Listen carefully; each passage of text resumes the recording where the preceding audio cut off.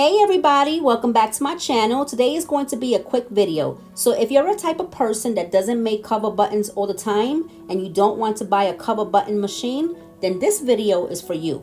This is a universal tool for cover buttons. This tool makes 5 sizes, which is 7/16, 5/8, 3/4, 7/8, and 1 1/8.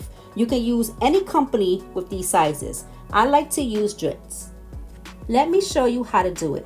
First, put the fabric on top of the hole, then push the front button inside like this. Sometimes I use a tweezer to make sure the fabric is flat inside.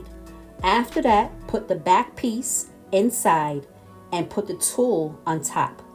Then press it down till you hear it click.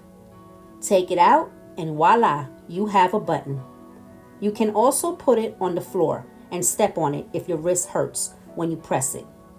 As you can see, they fit in the hole perfectly. Guys, go get yourself a cover button tool. I will leave the link in the description below. Here are some of my designs with the buttons. For these designs, I use the 3/4 inch cover buttons. Also, if you want to learn how to make these button loops, then click on this video right here and I'll see you in the next one. Thank you for watching. Bye everybody.